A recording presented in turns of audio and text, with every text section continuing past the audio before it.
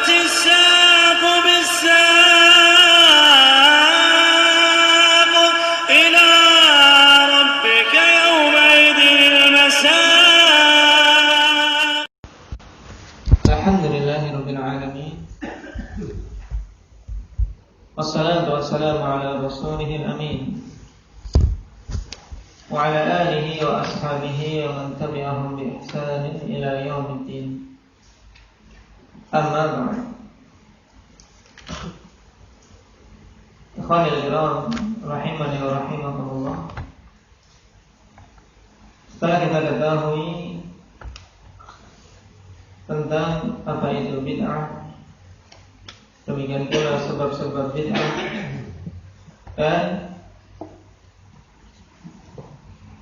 hukum bahwasanya semua bid'ah itu dalalah, juga telah kita bahas syubhat-syubhat yang menyatakan tentang adanya bid'ah yang hasan. Yang di semua poin-poin hendaknya dipahami oleh. Nah, maka pembahasan berikutnya masih berhubungan dengan bid'ah. Nah, yaitu tentang bahayanya bid'ah.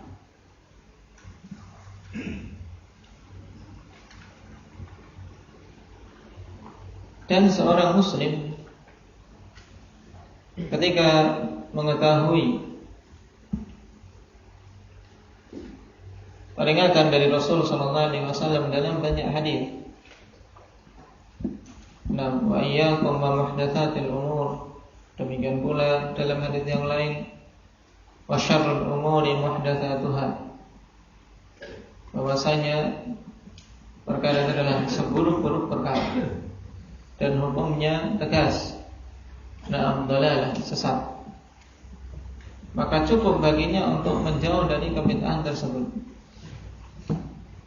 Nah, terlebih lagi ketika dia tahu di sana banyak dampak-dampak buruk dari kebid'ahan, baik bagi dunia maupun akhirat pelaku kebid'ahan. Selain terancam dengan neraka, khalifillah, dikarenakan Rasul sallallahu alaihi wasallam mengatakan, wa kullu bid'atin dhalalah wa kullu dhalalatin finnar. Dan setiap kesesatan itu di neraka. Ini hadis siapa? Dengan tambahan wa kullu dhalalatin finnar. Bagaimana? Jabir bin Abdullah dalam riwayat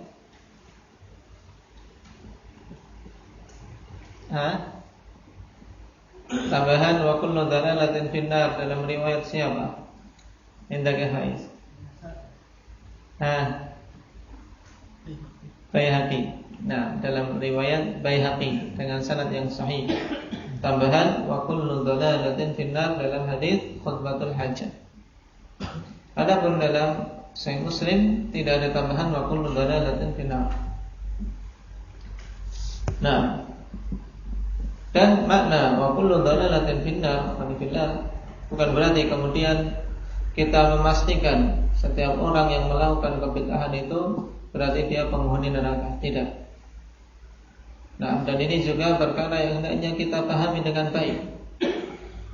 Nah, bahwasanya lafaz wa kullu dhalalatin finnar masuk dalam alfazul wa'id, lafaz-lafaz ancaman.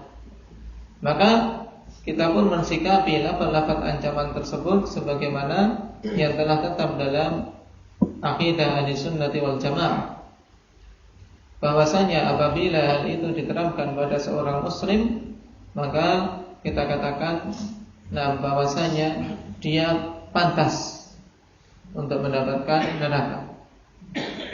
Namun tidak bisa kita memastikan. Kenapa? Karena terkadang orang tersebut memiliki udzur, atau terkadang orang tersebut memiliki kebaikan-kebaikan selain kebid'ahan tadi yang bisa menghapus, atau Allah Subhanahu wa taala menghendaki untuk memberikan ampunan kepadanya. Cuman kita katakan hukuman asal bagi pelaku kebid'ahan ya neraka.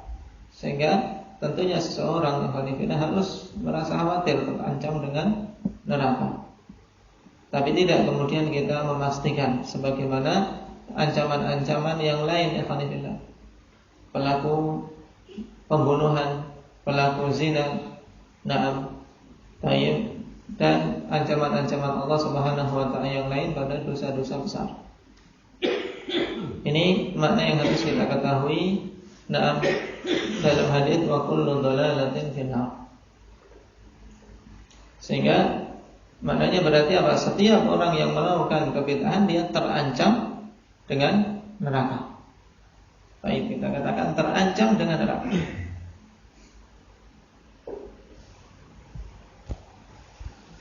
Kemudian dampak yang lain.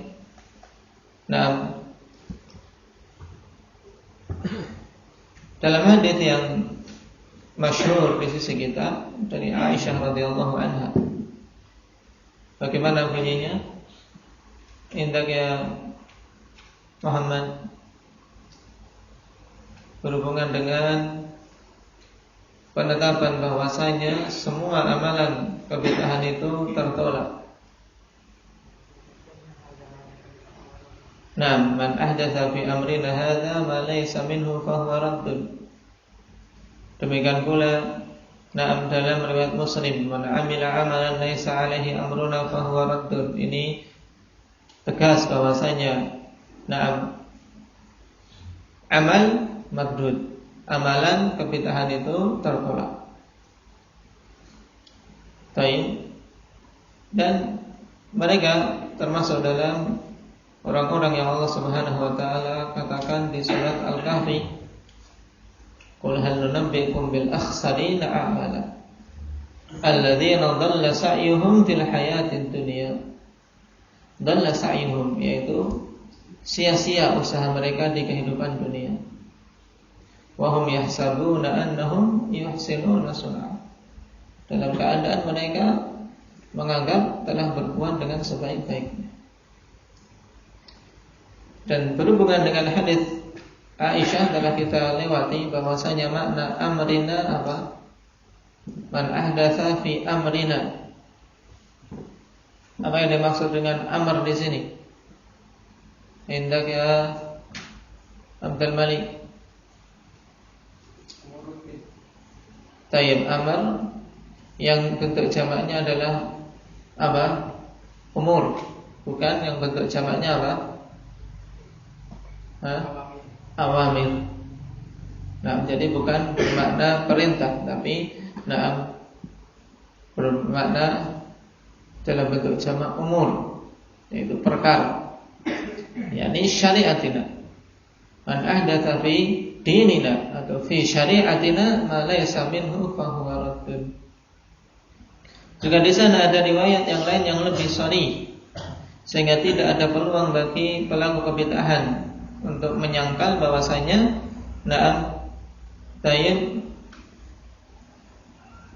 ada bahwasanya kebid'ahan yang aku ada-adakan ini berasal dari agama. Sehingga kita bantah dengan lafaz tersebut. Indah kebetulan lafaznya bagaimana? Dalam mustakhraj dengan lafaz, siapa yang ingat?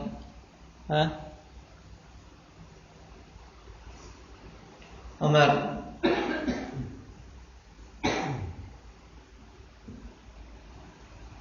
Apa lafaznya?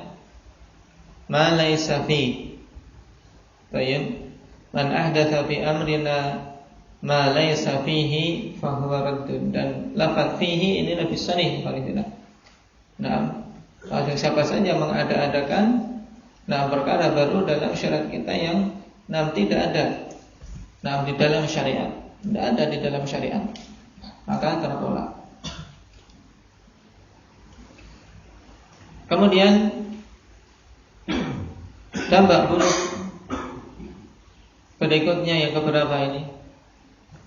Dihukumi dengan dhalalah mardudah, Kemudian yang ketiga, at-taubatu anhu mahjubah. Taubah dari kebid'ahan tersebut terhalangi. Madama musirran ala maksiyatihi atau ala bid'atihi, selama dia masih terus-menerus berada di dalam kebid'ahannya. Dan ini jelas, alhamdulillah. Karena Rasulullah sallallahu alaihi wasallam sebagaimana dalam hadits yang hasan, innallaha hajabat taubah an kulli sahibi bid'atin hatta yada'a bid'atah. Sesungguhnya Allah Subhanahu wa taala menghijab, yaitu menghalangi taubat dari setiap pelaku kebid'ahan sampai dia meninggalkan kebid'ahannya. Dan makna terhalangi dari taubat yaitu la yuwaffaq lit taubah, tidak diberi taufik untuk bertobat. Bukan maksudnya kalau pelaku bid'ah bertobat dari kebid'ahannya tidak diterima, bukan. Tapi maksudnya terhijabi dari taubat apa tadi? Tidak mendapatkan taufik untuk bisa bertobat. Kenapa? Karena pelaku bid'ah menganggap bahwasanya kebid'ahan yang dia lakukan itu amalan saleh, sehingga sulit untuk bertobat darinya. Dampak yang keempat, bahwasanya pelaku kebid'ahan tidak akan bisa minum dari telaga Rasul sallallahu alaihi wasallam selama belum bertobat. Karena mereka termasuk dalam keumuman orang-orang yang ahdatsu fi dinir Rasul sallallahu alaihi wasallam, mengada-adakan di dalam agama Rasul dan mengubah-ubah. Sebagaimana kata Rasulullah sallallahu alaihi wasallam, ana faradukum 'alal haud. Aku menunggu kalian, mempersiapkan kalian di haudku. Baik. Dan ternyata Rasulullah sallallahu alaihi wasallam melihat sebagian orang yang beliau kenal dari kalangan umatnya ternyata diusir dari telaga tersebut. La yurfa'anna rijalun minkum hatta idza ahwaitu liunawilahum ikhtalaju duni. Ini riwayat Bukhari. Yang menunjukkan mereka sudah hampir bisa minum. Ketika Rasulullah SAW hampir memberikan gelas dari telaga tersebut untuk dia minum, ternyata terhalangi. Fa'aqulu ay rabbi ashabi. Aku katakan wahai Rabbku, mereka itu sahabat-sahabatku. Fayaqulu la tadri ma ahdatsu ba'dak. Sebenarnya engkau tidak tahu apa yang telah mereka adakan setelahmu. Dalam riwayat innaka la tadri ma baddalu ba'dak. Fa'aqulu sahkan liman baddana ba'di. Dan ini jelas alhamdulillah. Bahwasanya al-ihdats termasuk di dalamnya bid'ah.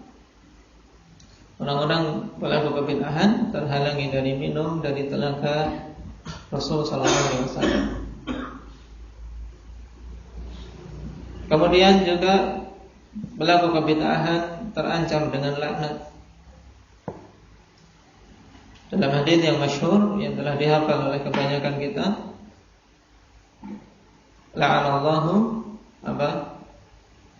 man awa muhditsan. Rasulullah sallallahu alaihi wasallam mengatakan Allah melaknat orang-orang yang melindungi pelaku kebid'ahan muhdits. Maksud di dalamnya pelaku kebid'ahan juga pelaku kejahatan. Dan dalam hadis yang lain Rasulullah sallallahu alaihi wasallam mengatakan man ahdatsa fiha aw awa muhditsan fa alaihi la'natullah wal malaikati wan nasi ajma'in. Yang mengada-adakan dan yang melindungi pelaku kebid'ahan, maka atasnya laknat dari Allah dan malaikat serta manusia seluruhnya.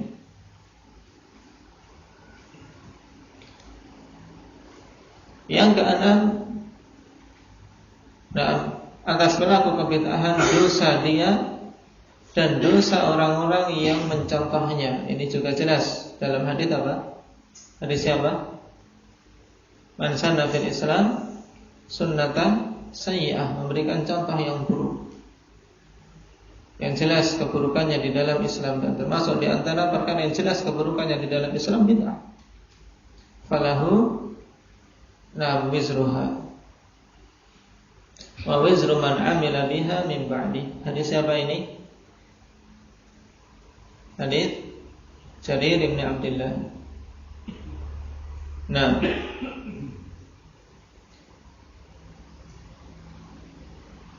yang ketujuh, pelaku setiap kebid'ahan tidaklah semakin bertambah semangat dalam kebid'ahan kecuali akan semakin jauh dari Allah. Yang menjadi dalil untuk perkara ini hadis tentang kisah Khawarij.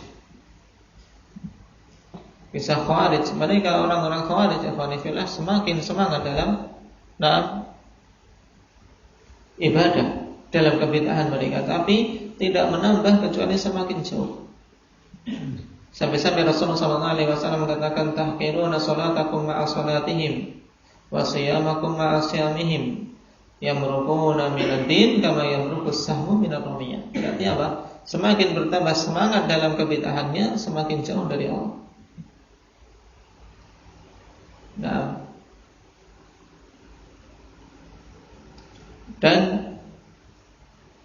pelaku kebid'ahan yang menyeru kepada kebid'ahannya, nah, persaksiannya tidak boleh diterima. Sebagaimana hal ini ditegaskan oleh Imam Syafi'i rahimahullah taala. Nah, baik, juga sederetan ulama yang lain. Ini untuk bid'ah yang berat.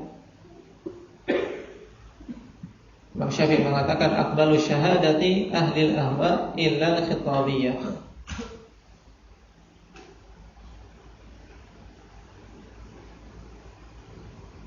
Terutama kebid'ahan yang sampai derajat kekufuran, untuk poin yang terakhir ini.